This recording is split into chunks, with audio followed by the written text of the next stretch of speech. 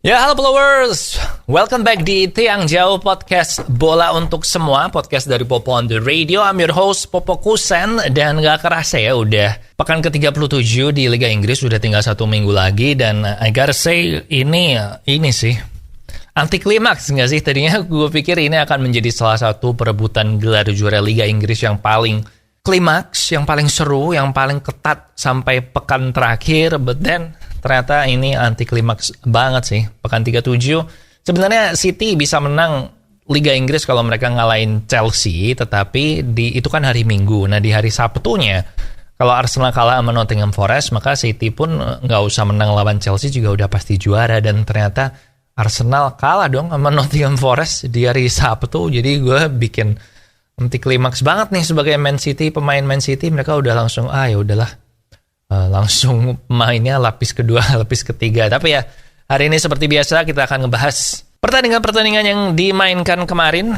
weekend kemarin, sekaligus ngebahas preview untuk pertandingan weekend ini, yang walaupun City udah pasti juara, tapi masih ada beberapa yang diperjuangkan sih, kayak siapa yang degradasi, siapa yang dapat tiket ke Europa League, ke Champions League, itu semua masih ada gregetnya lah yang pasti. Oke, so langsung aja sekarang kita mulai review pertandingan weekend kemarin.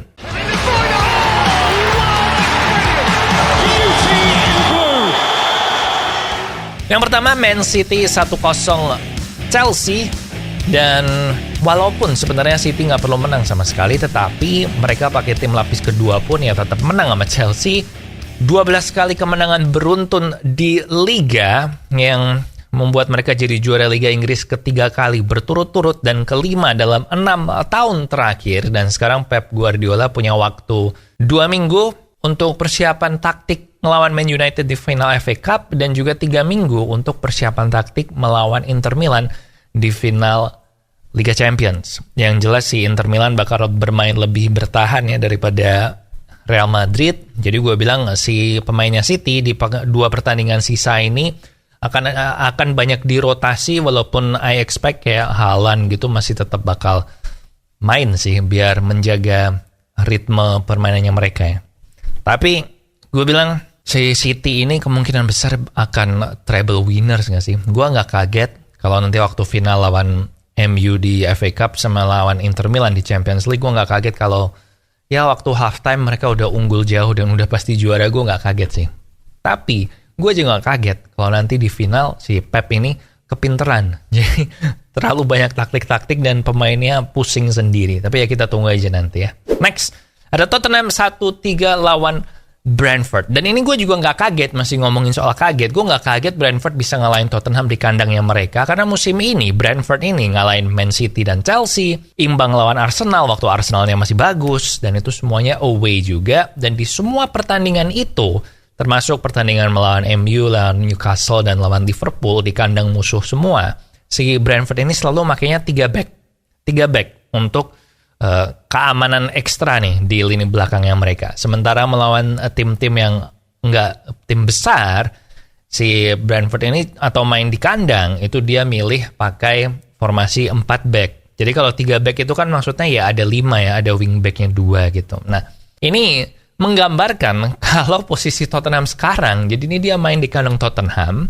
dan Brentford ini pakai 4 back. Itu artinya Brentford nggak menganggap Tottenham tim yang layak ditakuti gitu buat masang 3 back. Jadi kasihan sih Tottenham. Gue bilang Harry Kane kemungkinan besar akan pergi musim depan karena Spurs nggak lolos Liga Champions ya, dan dia udah umur 29 apa ya. Jadi kayaknya memang bakal pergi sih. Next, ada Bournemouth lawan Man United 1-0, dan si Man United ini butuh 1 poin lagi untuk lolos ke Liga Champions. 1 poin atau berapa ya? Bentar.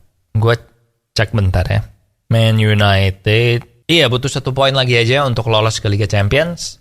Tapi sempet serem sih karena akhir-akhir ini emang MU ini susah ngegolin ya. Bikin peluangnya bisa, tapi ngegolinnya tuh susah. Dan kemarin Man of the match-nya tentu aja adalah Casemiro, yang selain mencetak gol kemenangan, juga dia bisa mengatur tempo permainan, kemudian bisa menjaga lini belakangnya dengan oke, dan dia juga bisa sedikit kreatif sih gue bilang. Gue bilang si Eriksen sama Casemiro ini udah kayak sehati gitu. Dan si Ten Hag sendiri bilang abis di wawancara bahwa dia bilang Casemiro ini melampaui ekspektasi kami ketika kami membeli dia di bulan Agustus kemarin.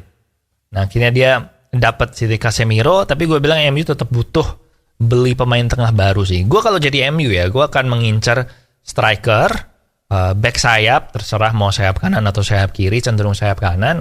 Terus gelandang bertahan, dan satu lagi gelandang menyerang satu lagi dah, ya kan? Jadi ada 4 pemain lah minimal yang mesti beli lagi. Dan nggak tahu nih, takeovernya nggak beres-beres. Katanya si Glazer itu pengen menunda lagi sampai musim ini selesai. Kayak bener-bener kayak bulan Juni gitu atau bulan Juli. Kayaknya mereka nungguin si MU lolos Liga Champions deh, biar harganya naik lagi nih.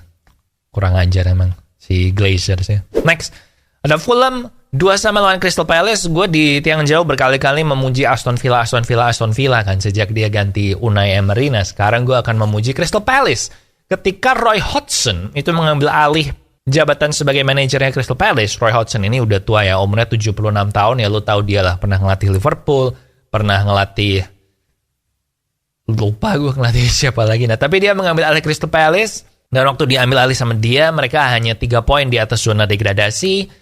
Dari 28 kali main cuma ngegolin 22, dan 13 pertandingan nggak pernah menang. Dan sekarang dengan 1 pertandingan lagi di Liga, mereka 13 poin di atas degradasi dan mencetak 17 gol di 9 pertandingan. Dan mereka menang 5 kali, seri 2 kali, dan kalah 2 kali. Menurut gue keren banget karena Hodgson selama ini kan terkenal sebagai pelatih yang defensif ya. Tapi ini bisa ngegolin banyak banget. Dan si Hodgson ini kemungkinan akan dipertahankan sih. Sebenarnya kontraknya dia cuma untuk menyelamatkan dari degradasi. Tapi kalau lihat dari performanya kayaknya dia bisa main sih. Katanya akan diperpanjang 1 tahun lagi kontraknya sama klubnya. Dan gue bilang menarik untuk dilihat ya Crystal Palace musim depan. Banyak pemain muda di situ yang menjanjikan, yang bisa main buat tim besar kayak Eberechi Eze. Terus ada back-backnya juga banyak kan. Oh itu siapa? Olise atau siapa ya? Olise ya, bentar. Michael Olise, Odson Edward, kan banyak lah pokoknya nanti. So, good job sih buat Roy Hodgson. Dan dia sendiri di usia 76, tapi dia bilang dia masih mau untuk kerja lagi. Dan dia bilang istri gue juga kayaknya seneng kalau gue jadi manajer karena gue terus nggak di rumah terus kan. Lucu sih. So itu dia. Next ada Nottingham Forest 1-0 lawan Arsenal.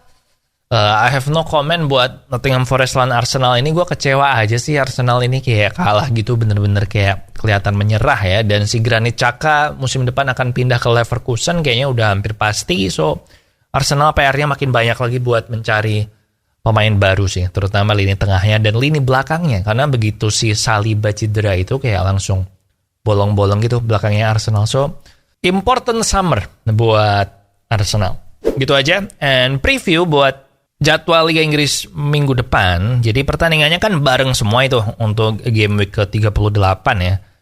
Dan Chelsea Newcastle I guess. Walaupun Chelsea udah gak butuh apa-apa sih.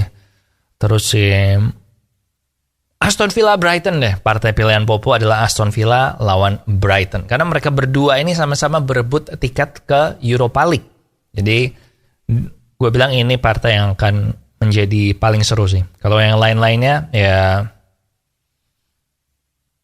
Leicester West Ham maybe ya yang degradasi itulah. Tapi kalau gue suruh milih ya gue milih Aston Villa sama Brighton Hove and Albion. Oke? Prediksi lihat aja di layar, gue udah kasih prediksinya. And I guess that's it ya. Sampai jumpa di Tiang Jauh minggu depan di mana kita akan mereview Liga Inggris selama 1 musim. Siapa yang mengejutkan, siapa yang enggak, siapa yang wow, dan maybe team of the season. Gue akan bikin team of the season buat next week. Okay? So that's it buat yang jauh hari ini. Jangan lupa subscribe ke YouTube Popo on the Radio. And udah gitu aja. Share ke teman-teman kamu yang juga suka sepak bola. Jangan lupa minum air yang banyak. Di sini Popo Kusen. Thank you for watching. And I'll see you when I see ya.